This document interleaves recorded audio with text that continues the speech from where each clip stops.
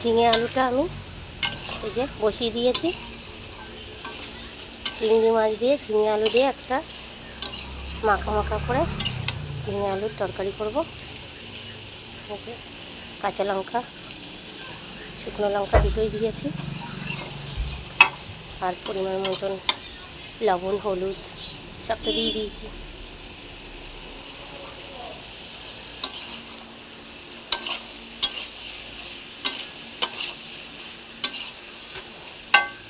Ready হয়ে গেছে, এর এখানে চাপা দিয়ে দেবো। যেসব দাদারা দিদিরা ভাইয়েরা বোনেরা আমার ভিডিও দেখছো, লাইক করছো, কমেন্ট করছো, তাদের অনেক অনেক ধন্যবাদ জানাই।